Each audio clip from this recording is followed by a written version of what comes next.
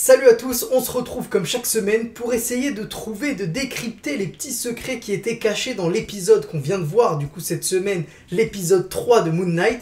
Et ce que je vous propose, c'est qu'on plonge tout de suite dans le vif du sujet. Mais avant ça, je vous préviens, si vous n'avez pas vu l'épisode, bien évidemment, il va y avoir des spoilers, des épisodes précédents, des potentiels spoilers par rapport aux comics, donc si vous ne voulez rien savoir, absolument rien, ne regardez pas cette vidéo. Et si maintenant vous êtes au courant et que vous êtes d'accord, eh bien on y va, c'est parti!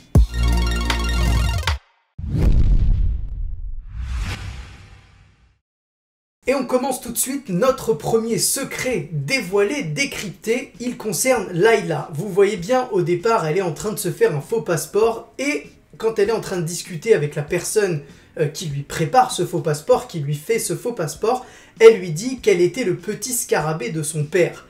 Et bien là, ça nous confirme encore une fois, s'il fallait encore le faire, que Layla est bien la version MCU de Marlène dans les comics, puisque dans les comics, son père, le père de Marlène, du coup, la prénomme également, la surnomme plutôt, mon petit scarabée. Donc, a priori, on est bien sur le même personnage, c'est bien son père à elle qui s'est fait tuer par Bushman dans les comics. On va rester encore sur cette scène un tout petit peu avec le personnage qui lui fait finalement ce faux passeport, et ce personnage s'appelle Lagaro. Eh bien, Lagaro, je ne pense pas que ce soit vraiment le même perso, ça m'étonnerait très fortement, mais je pense simplement que c'est un clin d'œil à un autre super-héros qui s'appelait Dynaman, et qui lui aussi portait le nom de Lagaro, et qui lui aussi avait un rapport avec l'Égypte, puisqu'il a fui l'Égypte à un moment. Donc je pense que c'est simplement un clin d'œil géographique, on va dire, mais c'était sympa de voir qu'il y avait un petit easter egg au niveau du nom, comme aime bien le faire le MCU. Puisqu'on est dans les noms, on va rester, mais cette fois-ci sur un petit clin d'œil à Oscar Isaac,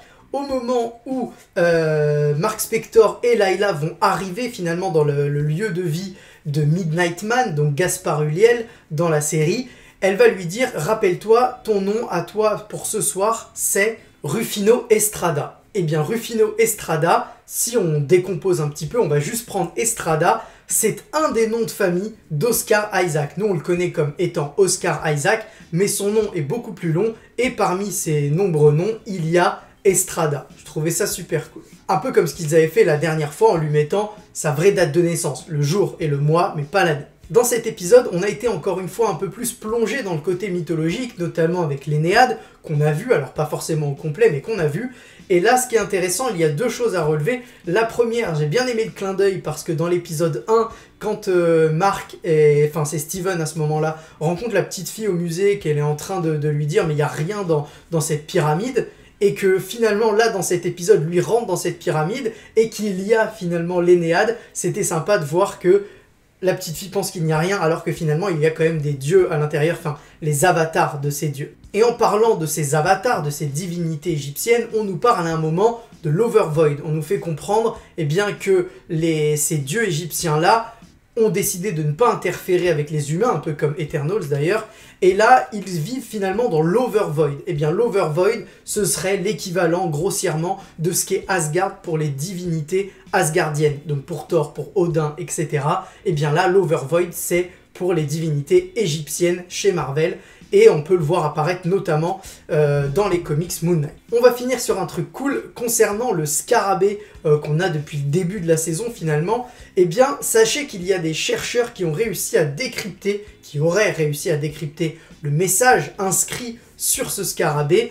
Alors, je ne suis pas spécialiste en hiéroglyphes, je n'ai pas le savoir pour le décrypter moi-même, mais en tout cas, on m'avait relevé ça, je crois que c'est... DeviantProd qui m'avait donné cette info-là, donc je leur remercie. Mais en tout cas, sachez que le scarabée, le message inscrit sur le scarabée a été décrypté. Donc je ne vais pas vous le donner, je vous invite à aller vous regarder, à regarder vous-même sur Internet. En tout cas, c'est un message qui est extrait du livre des morts égyptien et sur lequel on fait référence à un dieu à la tête de scarabée, ce qui colle finalement plutôt bien avec l'objet en lui-même. Voilà, alors cette semaine, il n'y avait pas tant que ça de secrets à décrypter, ou alors j'en ai raté énormément, et si c'est le cas, n'hésitez pas à me le dire en commentaire. C'était super cool de faire cette vidéo, on se retrouve très vite, que ce soit pour l'épisode 4, pour la critique, ou alors pour même les secrets cachés de l'épisode 4. En tout cas, quelque chose me dit que cet épisode va être magnifique. Voilà, ciao!